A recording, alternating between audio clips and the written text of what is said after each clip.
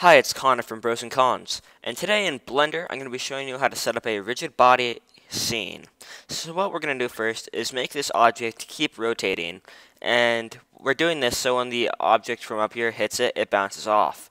So we're going to split the scene about right here, let's just split it right there, and turn this into a timeline view.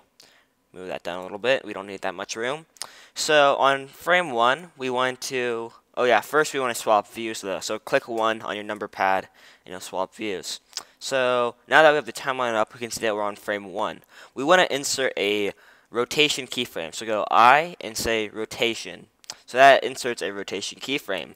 Now jump ahead to frame 20 and rotate the box on the y-axis negative 45 degrees. So hit R, Y, negative 45, and then enter. Now hit insert rotation key. So now if we hit play, you can see the box rotates. We want the box to keep rotating, so I'm going to click right here and say split areas and turn this into the IPO curve editor. So this curve right here is the box saying it's going negative 45 degrees and it's just going to stay like that. We want to right click on that and say curve extend mode exploration. So now it just keeps on rotating. If we watch the video, you can see that the box just keeps on rotating. So now we're going to add the object that wants to bounce off of the box. So hit space and add a mesh called the icosphere, and just leave it at the normal subdivision and everything else. Bring this up a little bit, so control click and bring that up to right about there probably, and make the bounds of it a sphere in the logic tab and make it a rigid body. Alright, so now to register the physics to the IPO curve editor, hit Control Alt Shift P. And you can see that we have all the keyframes now. So if we hit play, it will bounce off of the moving object.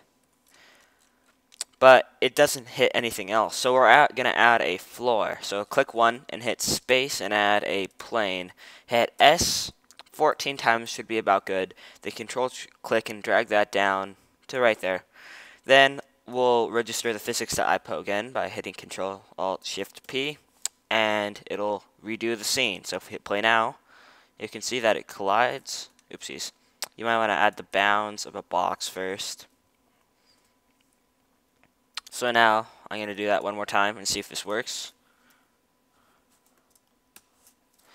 Alright, so now you can see that it collides with the floor. Next time we'll be going into more depth on how to make your scene look better. But for now, make sure you subscribe so you get all our latest tutorials.